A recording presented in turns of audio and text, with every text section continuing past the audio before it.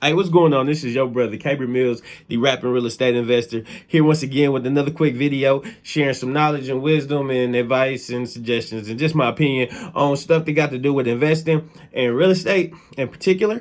And like I said, I'm your host, Cabrin Mills, the rapping real estate investor. Before we get too deep into this, please take a minute to just hit that like button, hit the subscribe button right now. Tune in to videos, will drop daily, and give content that I hope can have a positive impact on your life. Thank you very much in advance. Now, as to why they call me the rapping real estate investor, see, sometimes I gotta slow down. I don't know myself, don't know how, but every time I move, I'm like, yo, wow. I'm so out there, they couldn't carry me. Now I'm just holding it down. Where's my damn crown? I know my damn throne, doing on my damn own. Every minute that I get it in, on a cell phone, business meeting after business meeting, running it up. I don't really care much. Seems that I run amok. Hold up, what? Oh, no, I'm just playing, man. Just playing. I ain't here to rap for you. I'm here to rap with you about investing, especially in real estate. And today, actually, this won't be a lesson. I'm sorry. I just wanted to just give you a backstory, some insight as to who am I? You know, who is this dude? You know, I think we got about 7, 8 videos up now, and you know, you may be like, why should I listen to this dude? Why? Who are you? Where you come from? Do you even know what you're talking about? Have you even did anything? Or did you just read the book? You know, so just a quick story on myself, as how I became the rapping real estate investor. Well, first I was a rapper, way before real estate was into play. We back when I think I started around 15 making music, and actually I was probably a little younger, but I think around 15 is when it kind of got serious. Did that for a number of years, graduated from high school, lived an alternative lifestyle that didn't like jobs very much. So I did go to school, especially when I found out that I could go to school for music. I was like, cool. It was paid for by the government. Hey, sounded like a good deal. So I went to school and started getting my audio engineering degree.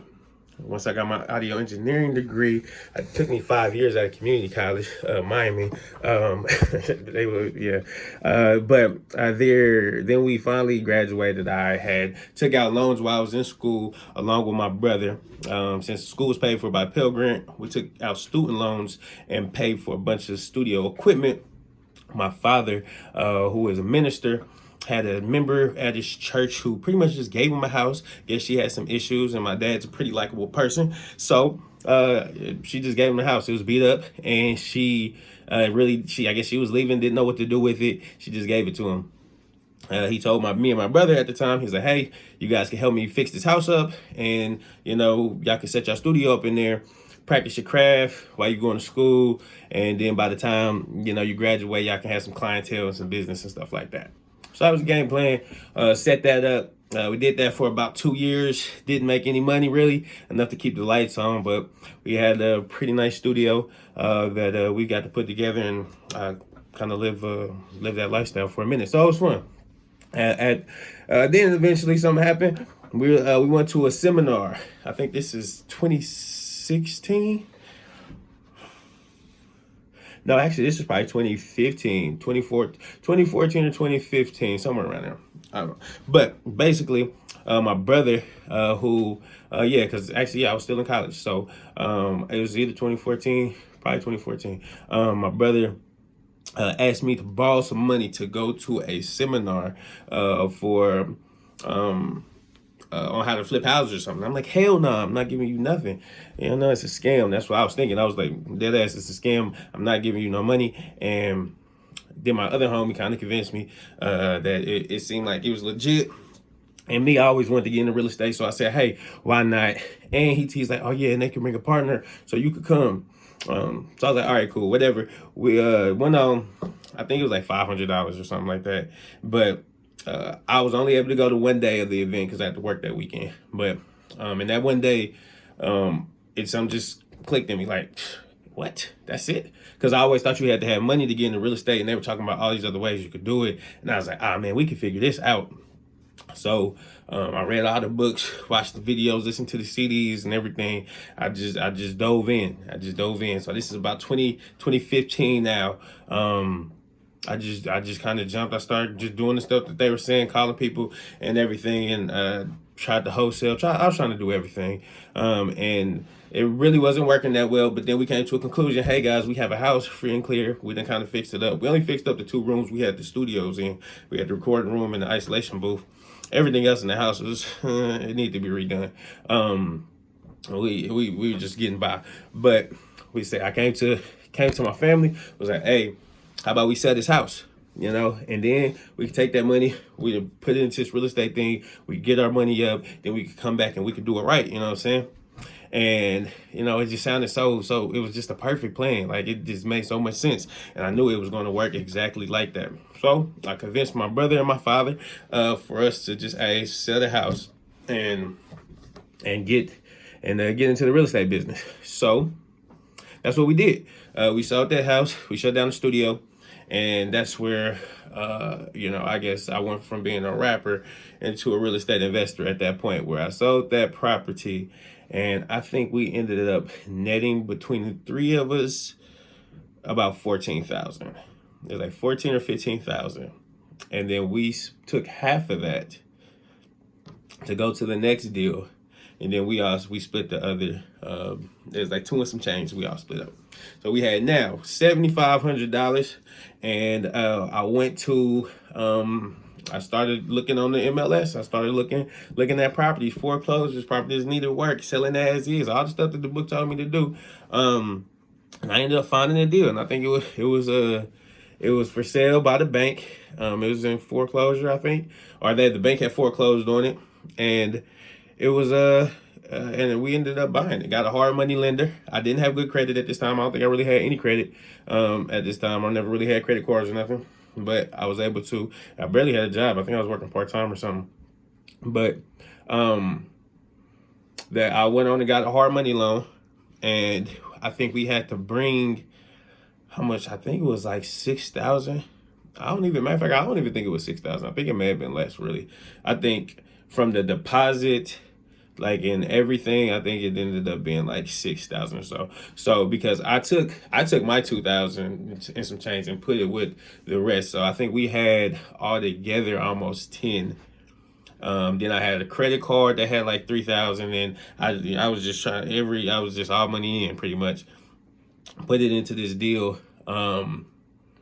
And I think we had to bring maybe like I said, maybe just 6 to close. I'm gonna say 6, and bought the house. But then at that point, now I made it. I made it. I'm a real estate investor. I did this thing. I done sold the house, made a profit. I done bought another house. I'm doing it. I'm like, this is it, man. I knew this plan was gonna work. And I was like, it's nothing now. All we gotta do is fix this up, sell it, get the money, and do it again. It didn't work like that. It didn't work like that at all. That's where everything started going downhill. I didn't have a plan, really. I thought that I was about to buy the house and just fix it and win. I thought it was a wrap. I thought that the money was in the bag, you know, but the bag was not secured at all. So pretty much everything that went wrong. We had an addition in the house that was unpermitted that the city said we had to like tear down.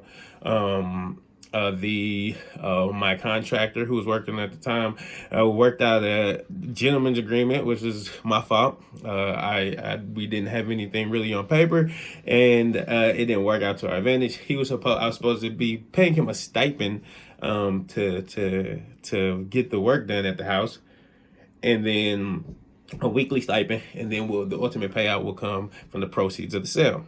That's kind of a partnership. And that didn't go according to plan, because sometimes I will come in and work wouldn't be done, but he still wanted to get paid. And I'm saying, I can't pay you if you haven't done anything.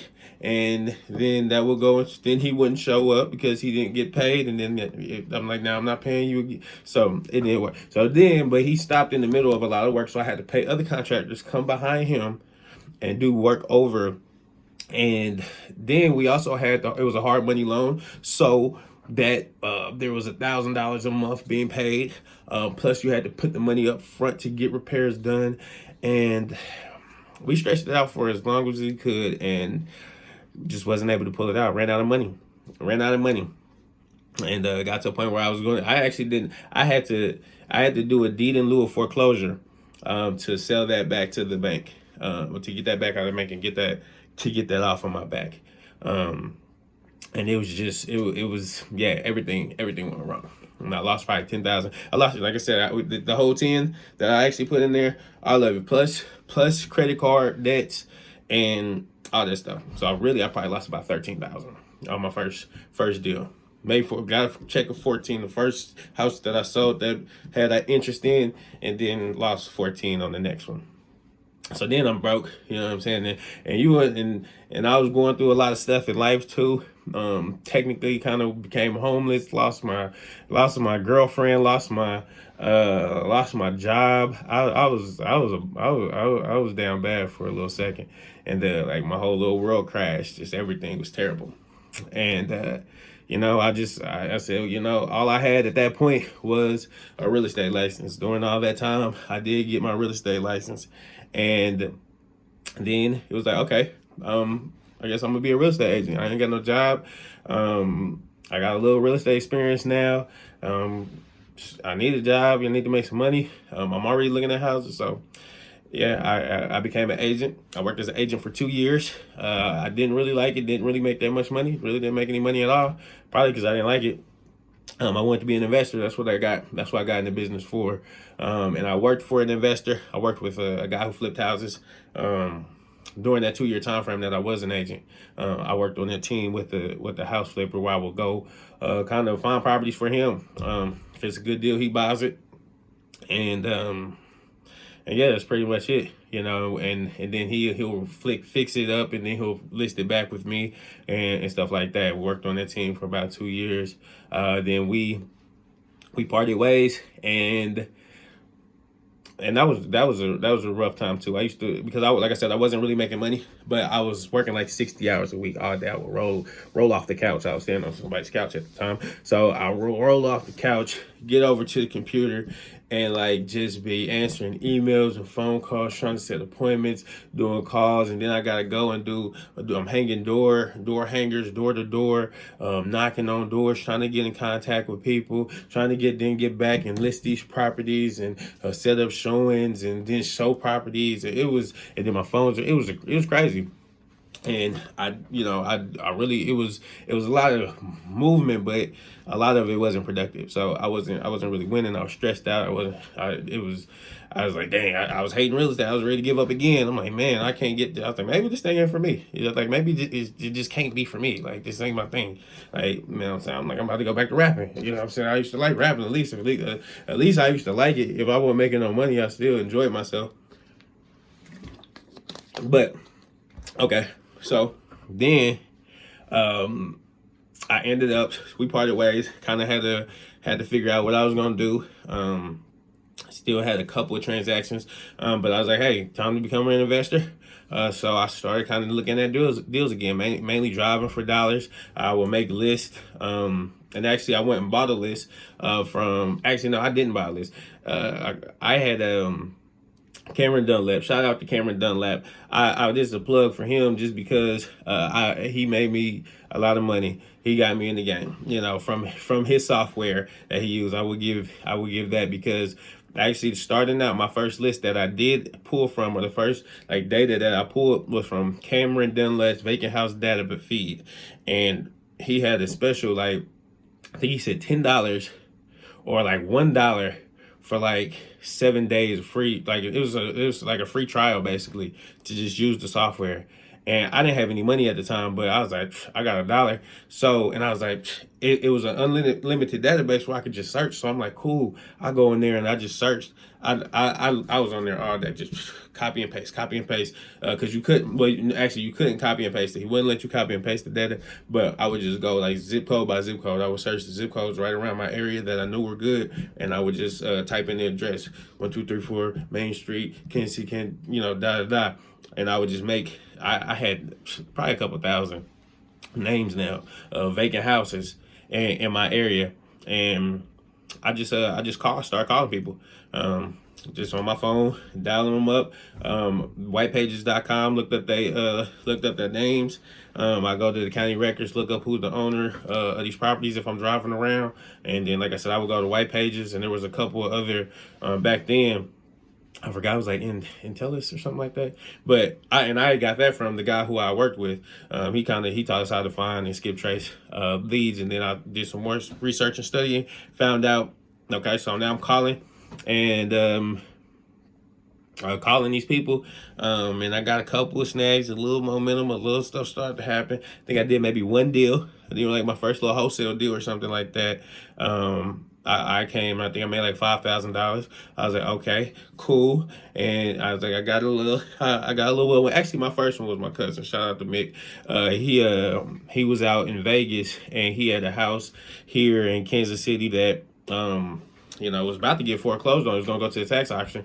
And I was able to pretty much wholesale that property for him. And we had split up the money. And like I said, I made a couple thousand off of that one. And that was actually my first real wholesale deal. Pure wholesale, if you will. And I did everything wrong on that one, but it worked out. So that one and then I did another one. I made like 5 or so. And then from there, I actually ended up going to working for another wholesaler, just learning, trying to get to the next level. I'm calling people every day. Again, I'm not really seeing no success like that. I'm like, maybe I should go learn from somebody who actually did it. So I went to go work with another guy. I was his acquisitions manager. And then he taught me some more stuff. He taught me about power dollars and kind of about virtual assistants and kind of how to, it was stuff I kind of knew about, but I actually seen how he was implementing it, and even things that he taught me that we weren't implementing. I was like, all we got to do is this, this, and this. And what I learned from there is that I was doing multiple things where I'm only good at like 1 or 2, and I wasn't successful because I was doing all of these other things. I wasn't just an acquisition manager. I was like a secretary. I was like a receptionist. I was like I was doing multiple things in which it just wasn't. I wasn't very successful there, but a great friend and really helped me in a great way, because it really taught me from there when we separated, and it was, we just made a mutual decision. We both were moving in different directions in time and life. And then from there, that's when I started, and that was about 2 years ago. Started my company as it is today, a wholesale company. And that first we marketed, we did, I was doing cold call marketing, same dollar that I got from it. It's funny how your education stacks too, because when you work with people and get certain experience, just take knowledge from them, implement in your business. And that's how I've got to where I have to this point. And it took us about the first 3 months of marketing, really didn't have any deals. Then I got a seller finance deal. I still own this property right now. And then from there, they just kind of start trickling in. We got one that was like $2,000. No, we made it a $5,000 profit. Then we made like another 10. I think we did like a 7.5. Then there was an 8. The largest profit the end of that year, and this was all from like July to the end of the year. I think we ended up doing one made us about 20,000. We did one that made us 11,000. We did one that I know we did one that made us 5, and it was a couple other little ones in there, but that's when I actually started kind of getting some momentum and traction, and kind of actually start making some money. And then that next year, we actually cracked 6 figures as far as wholesale, and it was cool because I was still working my full-time job. I still work a full-time job, and I guess you could say I seen a measure of success, being able to generate 6 figures in my business. And I had a couple of rental properties as well, and been able to do that while working, doing so part-time while working a full-time job. So, that's where I'm at right now. Now I'm transitioning into the large multifamily, getting into raising capital and syndicating large apartment deals, particularly in the southeast of the United States, Florida, Virginia, North Carolina, South Carolina, Georgia, and all that stuff. All those great places. That's where we're focusing now, and kind of putting the wholesale thing on automation, and just kind of growing. I'm still growing. I'm still learning. I'm still developing. But in this journey of these about 7 years, I've learned a lot, and I've acquired all this knowledge. And during this time, I'm going to seminars. I've read book after book after book after book, listened to book after book after book after book. I'm probably doing 5 a month right now. Actually 5 a month is my goal. Let me not be faking, but it's the middle of the month, and I'm on book 3. It's the 15th, it's January 15th, and I'm on book 3. This month so far. So I should hit 5, and the goal is to keep it at 5 throughout this year. So I'm just saying, I've been learning, I've been soaking up game, I'm still learning, I'm still soaking up game, and I want to share it with you. So that's who I am. That's how I got here. That's my story. I know this video is long. Thank you if you actually listen to it all the way to the end, but you have not seen the end yet, because the story still goes on. I would love for you to be a part of it. Come along, man. Stay tapped in. Like I said, this is a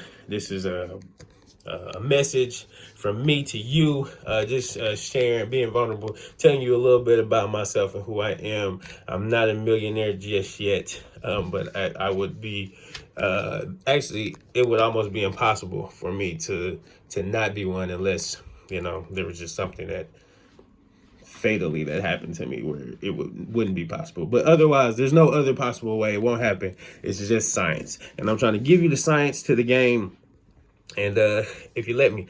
But that's all I got for you today. Thank you for listening. Again, like, subscribe, stay tuned in, stay tapped in. I'm your brother, Cabrin Mills. Until next time, exercise your body, exercise your mind, exercise your spirit, and exercise your grind.